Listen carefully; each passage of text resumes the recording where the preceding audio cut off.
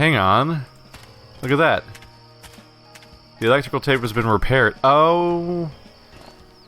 Right. I cut the cable and they repaired it, and that led to the tape coming out. And no one reacting to me stealing that stuff. Even though I couldn't get batteries from these people. Alright. Let's see. I'll use the electrical tape to join these two objects. The bad news is that I just used up all the electrical tape. But now we have a nightmare cradle. That would never be safe for a baby, but thankfully her baby's made of plastic, so she's got a child-proof baby? I'm horrible. I'm a terrible person. Here you go. Here's your safety hazard. You've brought me a cradle for my baby, Mr. Sleepyhead. This is no use. It's not like the one in the picture. It's too low. It doesn't have any legs. Don't you see? I want one as tall as the one in the picture. Okay, don't worry, Rose. I'll keep looking. It's still not okay enough? How is it still not good enough? Put them on the pile of clothes and that'll make it taller. It doesn't look like it's having any effect. I need to stack it on something, right? No? I can use the other wood on it, perhaps. Let's see. I'll use the rusty nails to attach these two objects together.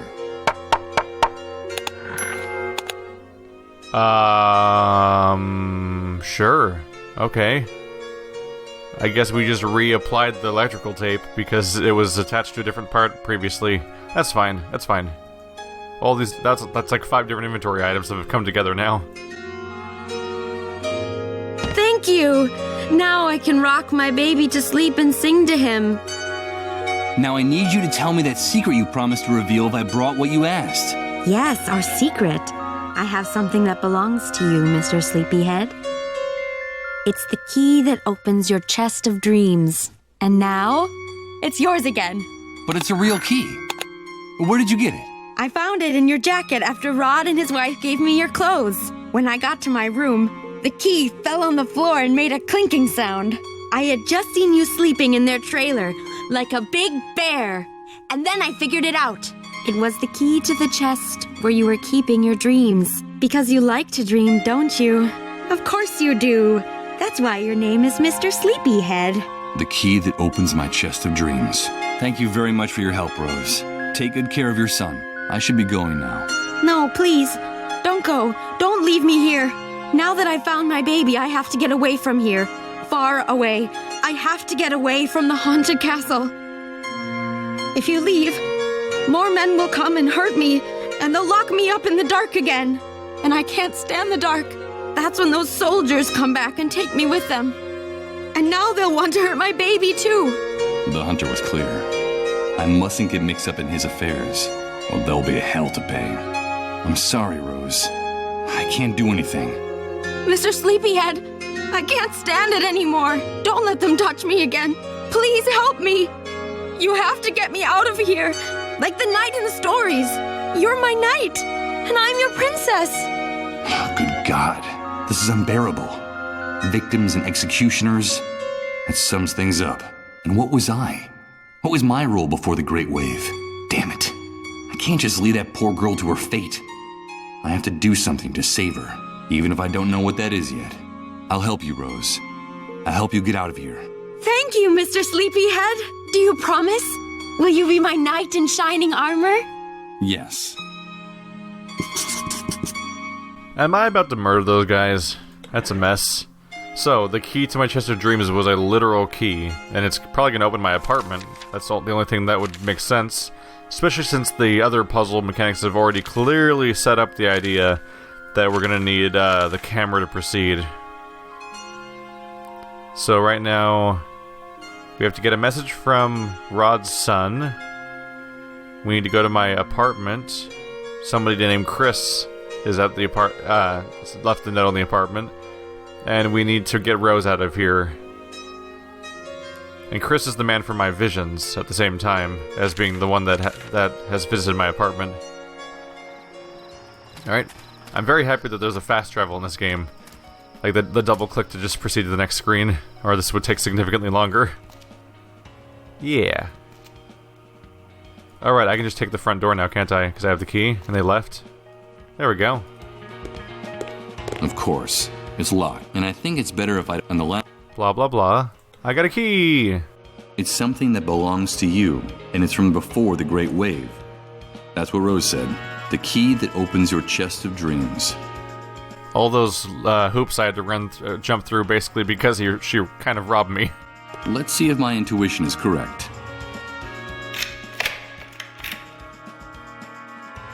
Yes, the key that opens my chest of dreams is a key that in fact belongs to Michael Argent, photographer. The key to my own apartment.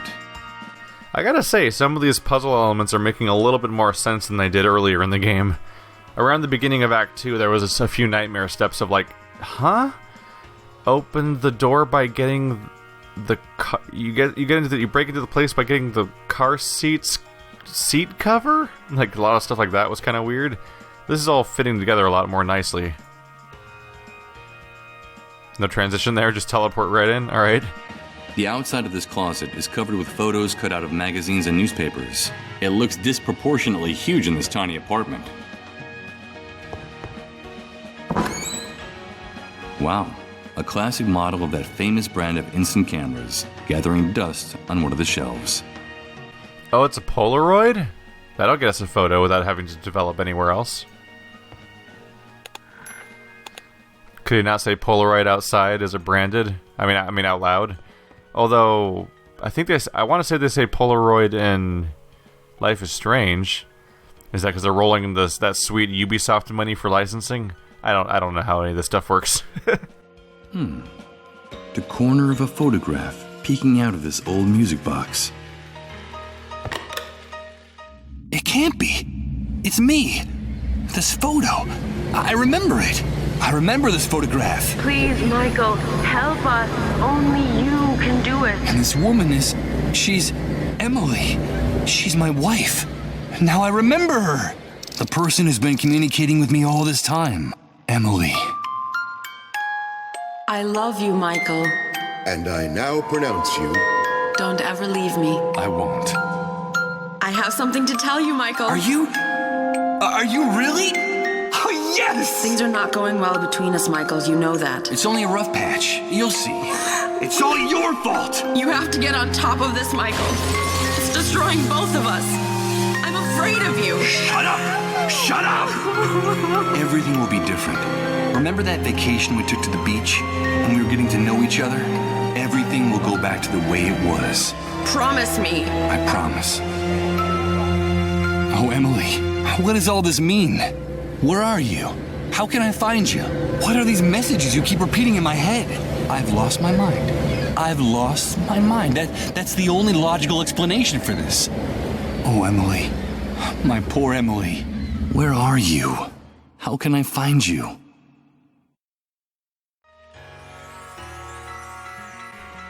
I suppose the question at that point is then, is she alive or not at this point? If we're like everybody else, we would have presumably lost our memory as a result of the wave itself, and something must have injured me and knocked me out until the beginning of this game happened. And you gotta wonder if it was something that was a clash involving Emily herself, or if it's unrelated, or if she died in an accident that we only barely survived, or if we caused it.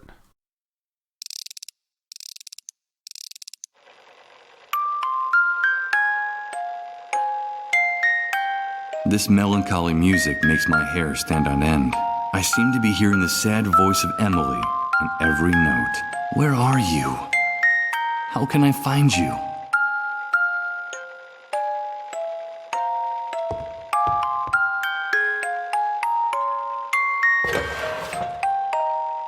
Central Outrider. That's the name of this newspaper.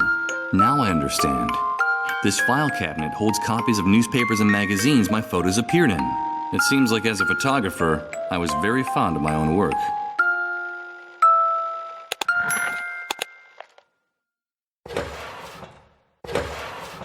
Inner Vision Weekly. The title of this publication appears on the front page.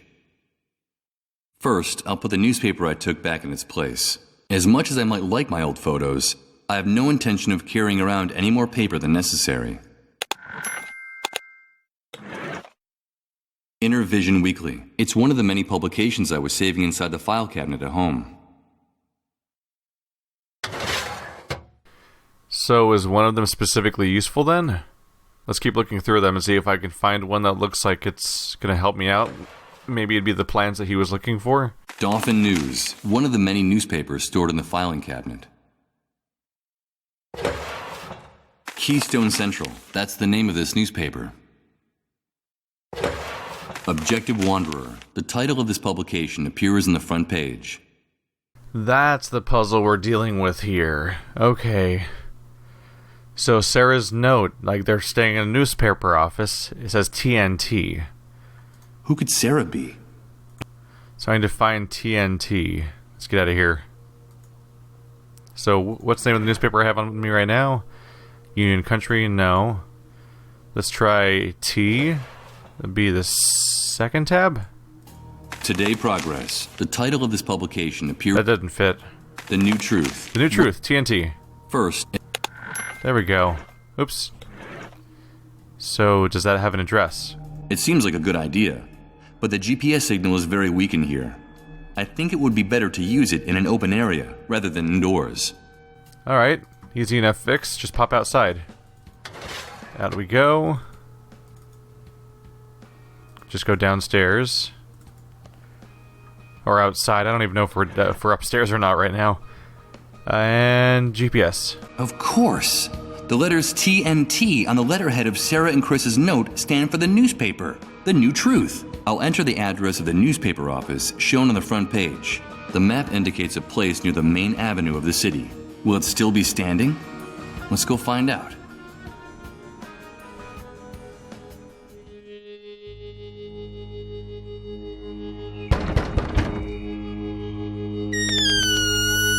Good God, Michael, is that you? There's no question about it. That's the person I saw in my vision. The person mentioned in the note I found in my house. What was his name? Hello, Chris. Come in, quickly. It's dangerous to be out on the streets at this hour. Michael, I'm so glad to see you again. After all that time without hearing from you, Sarah and I feared the worst. But tell me, why didn't you come sooner? Where have you been all this time? From his enthusiastic welcome, it looks like this man and I were good friends in the past, before the entire world collapsed. But can I trust him? I don't know. Do I have any other choice? It's a long story, Chris. Very long. I'm all ears, old friend. And while I tell him everything I can remember, the few things in my memory since waking up in Rod's trailer, I see a mixture of tenderness and compassion on his face. Something I haven't seen in anyone else since waking up in this hellhole. I haven't the slightest doubt. I can trust this man. I'm sorry for everything that happened, Michael. Sarah and I had been trying to get in touch with you for a long time, but the Great Wave made it impossible to find you. Now I know why. As a matter of fact, she went out to take that note to your house. I haven't seen her since. Tell me, did you find Sarah? Did she tell you she was coming here? Sarah? I'm sorry, but I just found this handwritten note on the door. That's all. Of course, forgive me. You already told me that you were blanked. You don't remember her. Sarah is my wife. Emily and she were close friends.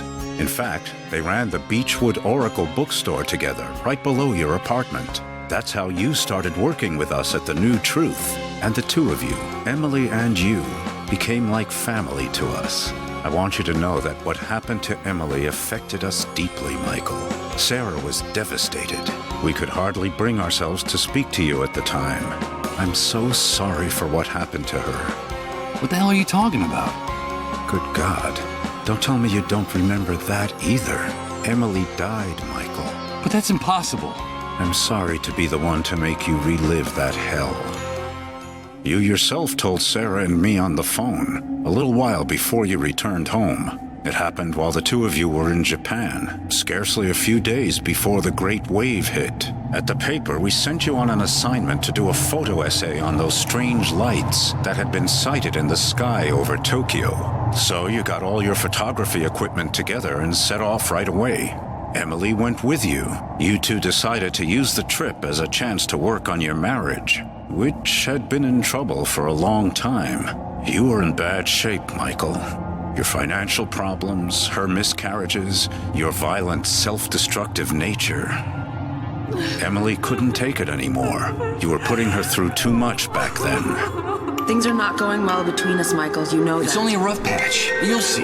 It's all your fault. You have to get on top of this, Michael. It's destroying both of us. I'm afraid of you. I can't help it. It's that demon. You know I can't help it. From what you told us, things were getting better. After so many years, both of you were starting to rediscover each other. Everything will be different. Remember that vacation we took to the beach when we were getting to know each other? Everything will go back to the way it was. Promise me. I promise. Until one night in your hotel, Emily started to feel sick. It all happened very fast. She was having fainting spells, vomiting, running a fever. You took her to the nearest hospital where she was admitted immediately. Emily, what's happening? Emily! Emily! And a few hours later, they told you she was dead. They wouldn't even let you see her body. They wouldn't let you see her. The Japanese authorities hustled you off on the next plane out. It was all very strange and disconcerting. And the very night you arrived, the Great Wave hit. Oh, Emily. Now I remember it. I remember everything. I remember her pale, haggard face when she took my hand. Don't worry. It's nothing. Everything will be all right, she was saying, while they were wheeling her deep into the hospital, and she waved goodbye to me, forcing a smile to cover her fear. And then I saw it. I swear I could see how time was stopping. Little by little. In her eyes. Emily can't be dead. She talks to me. I've been hearing her voice for some time now. You must think I've lost my mind. From the little we were able to talk to you before you got back, we could see that her death hit you terribly hard, Michael. You felt extremely guilty for the way you treated her those last few years. You said you would never be able to forgive yourself. It's possible that the pain warped your mind, but it's also possible that what is happening to you is real. If Emily died before the Great Wave, how can what's happening to me be real? Let me tell you something. In spite of the catastrophe, at The New Truth, we've never stopped working. For Sarah and for me, this newspaper is our life. And since the Great Wave, our contacts and confidential sources haven't stopped bringing us the most incredible and chilling information you could imagine. Thousands, no, millions of unexplained phenomena are taking place simultaneously all over the world, Michael. We're living through the strangest and most confusing times in our history, and any hypothesis, no matter how crazy, must be taken into consideration, even what you just told me. There's no question that something extraordinary is happening all over the world because of the Great Wave, the emergence of the dissolved, and our gradual approach to the dead synchronicity point. There we go, we've heard Dead Synchronicity and Tomorrow Comes Today at separate times in this game now. A lot of bad revelations there. So, it seems that Emily might have been the world's first case, or at least the earliest case we know about so far of a dissolved. The fact that they wouldn't let you see her body makes me think that she actually straight up died and was the first case of this case happening, and the Japanese government may have wanted to keep it under wraps because they didn't know what they were dealing with yet, so they kicked me out of the country as fast as possible. Possibly. It's also possible that maybe the eyes somehow, the sky eyes, or whatever you want to call the anomaly, maybe they infected Emily and maybe she's the key to all of this and somehow a central focal point to the time distortions that are happening global, like worldwide. I'd go either way, really. It seems more likely that she'd just be the first that she'd be the first dissolved, but it wouldn't be crazy entirely if she, like, because it's a story, it wouldn't be completely crazy if she was like the central focal point of everything somehow, because that would give it some thematic meaning for later chunks of the game, potentially. Let's see. The dissolved. That horrible disease. Yes, the fate of those poor devils. That's the cruelest and saddest part of this story. From reliable sources, we've been able to find out that while it is true the Great Wave multiplied the number of dissolved drastically, a few early cases of dissolution were actually detected hours, even days before the catastrophe. What? There were cases of the dissolved before the Great Wave? Yes, Michael. Just a handful of victims scattered across the globe. But the timing is significant. What's more, people have told us shocking stories about those victims. I could tell you one. Colin, the only child of the family that took care of me in the refugee camp, is a dissolved. Just a few hours ago, in a deep trance, he shouted out my name, insisting that he needed to talk to me. He kept saying that he wanted to give me a message from Emily. Good God, Michael. And what was that message? I don't know. I haven't had a chance to talk to him, but I will. His condition is very serious, and I have to hurry. If only we had more information about the disease, what it is, where it came from. If only we knew a little bit more about those strange underground highways they talk about so much during their trances. We need more information. At the New Truth, all we have are a few eyewitness reports here and there, and a handful of tests for detecting the disease that we were able to steal from one of the cleanup brigades. And that's not very much when you're trying to put together a puzzle as obscure and complicated as this one. You know what? I'm actually leaning towards my second explanation now, the idea that Emily is somehow the key to all of this and speaking to everybody. The voices in my head must be real if they're being repeated by Colin as a third party. And so it might be that, well, that could go two ways. Either she's the key to everything and she's somehow the central point of all of this, or all of the people who die from being dissolved all have voices that can speak to people, which would make sense because they said the dissolved can speak to the dead. So if I'm sick but somehow immune, perhaps, because I seem to have the symptoms except for I seem to have the supernatural symptoms but not the dying symptoms, but Colin also is dissolved and also is talking to Emily. Either way, we're somehow communicating with her both independently. Yeah, I don't know if that makes her central or if that just makes her another voice in the cloud and all of them can speak to us. But either way, they keep talking about underground highways. That seems noteworthy because one of the only loose ends I have in the game right now, besides taking a photo of that one landscape, is the fact that there's a sewer area that I can't explore without a map or some idea of where I want to go. And that place could conceivably be underground highways. Yes, the Great Wave. People have been telling me about it since the moment I woke up.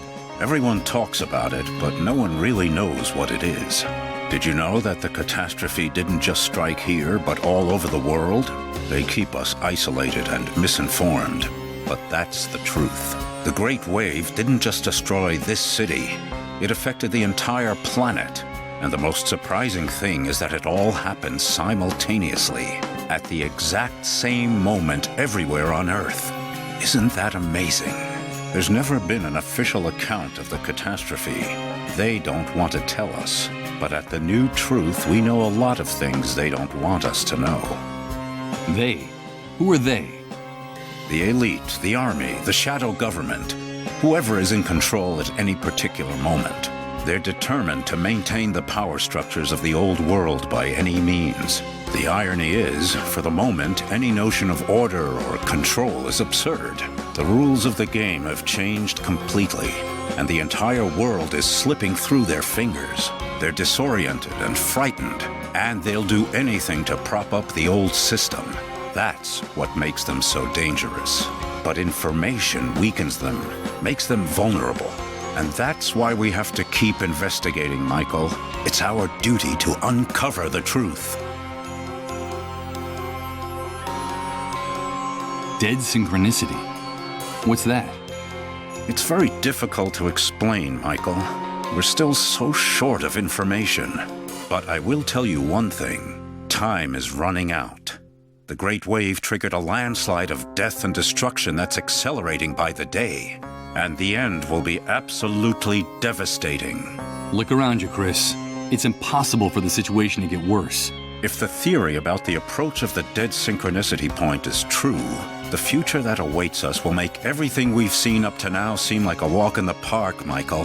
The arrival of the dead synchronicity point will mean the end of the world as we know it. The end of the laws of nature, the laws of physics, the very meaning of existence. And with them, of course, the end of the human species on the face of the earth. Our inability to adapt will wipe us out in a matter of minutes. And indeed, in some cases, it's already happening. But the good news is that if this hypothesis is correct, the very nature of this anomaly could also allow us to reverse the situation. Reverse the situation? You mean avoid the future you're talking about? Avoid the consequences of the Great Wave? Is that possible? Of course it is. How can I explain it to you? No, not yet. It would be too complex for you to understand, and I don't want to create any false hope. I can't tell you anything more for the time being. We need more information, more sources, and we need them urgently. Time is running out, in every sense of the word. I need answers too, Chris. Where can I find the information you need? How can I help you? A few days ago, one of our confidential sources in the Army contacted the New Truth. He told us he had a bombshell in his hands, an official report of the results of all the investigations conducted to date on the Great Wave, the Dissolved, and the Dead Synchronicity Point. It's a real gold mine, Michael. The answer to our prayers. And where is that report now? The same day she left the note at your house, Sarah was supposed to meet our source at the same place we always meet people who cooperate with the New Truth, which had been the safest place in the city up to that point, the sewers. But she never came back, Michael. I was hoping she'd found you. Or perhaps some problem had come up in the sewers, and she'd taken refuge in your apartment. Don't worry, Chris. Sarah will be fine. Yes, I know. Sarah is a strong woman and very resourceful. I know she can take care of herself. If you want to help us, Michael, get us that report. I'm trapped in this basement in this wheelchair, but I know that you'll be able to get it for me. It's vitally important that we get it. That's where we'll find the answers to all our questions. Even answers about Emily and her messages. Follow the trail of Sarah and our source. Go down into the sewers and find some clue that can lead us to them. But be very careful down there. It's dangerous. Dangerous? You just told me the sewers were the safest place in the city. Indeed, they were. That's why they became the perfect hiding place for the Dissolved and their families. For some time now, the Army has been reinforcing its dragnets for catching the Dissolved hiding in the sewers. If they find you in one of those tunnels, they'll shoot first and ask questions later. I'll be fine. Take this. You'll need something to guide you. The city sewer system is a veritable labyrinth. I've marked the exact spot where the meeting was supposed to take place. It's a huge subterranean gallery where several pipes converge. Michael, please, bring me that report. And for the love of God, bring Sarah back to me safe and sound. I'll do it. There we go. So the underground highways concept is making a little bit more sense because it seems to also be where living Dissolved are taking refuge. Let's try to make sense of all this. So he's talking about being able to prevent the effects of the Great Wave, and that had me thinking about Live, Die, Repeat / The Edge of Tomorrow, the Tom Cruise film, which was based on a Japanese short story that I've also kind of forgotten the name of now, but I think that also had a third different name because that whole property has a really confusing history with names, basically. But in that thing, an alien creature attacks Earth, and it has control over time, which lets it manipulate time to win wars against local species, but the protagonist accidentally ends up gaining part of its power. And it's possible that it might be along those lines here, where our character here may have accidentally have parts of the power without the ill effects or anything like that, where we can get glimpses of the future and the past the way we have been getting which makes me think that the fact that we went back in time in the church specifically makes me think that perhaps we can go back in time to stop the wave from happening if we can find out more about how it works and how it's working. Let's see where this storyline's going to go. So Rod's son, we need to go and we need to give that guy the fuel. If I get the photo, I can give him the photo, and then he'll be happy with that, and we can talk to Rod's son. Rose needs a way out, and Hunter specifically told us that Rose has every right to defend herself if she chooses to be, like a lion or a lamb was what they were calling it. So I'm not allowed to free Rose, but Rose could free herself. What if I have to give her a weapon? That'd be dark. If the ultimate outcome of this is that the woman that's lost her mind then starts murdering people to escape, there's another level of darkness to stack on top of everything else. And the other one is the Sarah being missing in the underground highways, which are the sewers.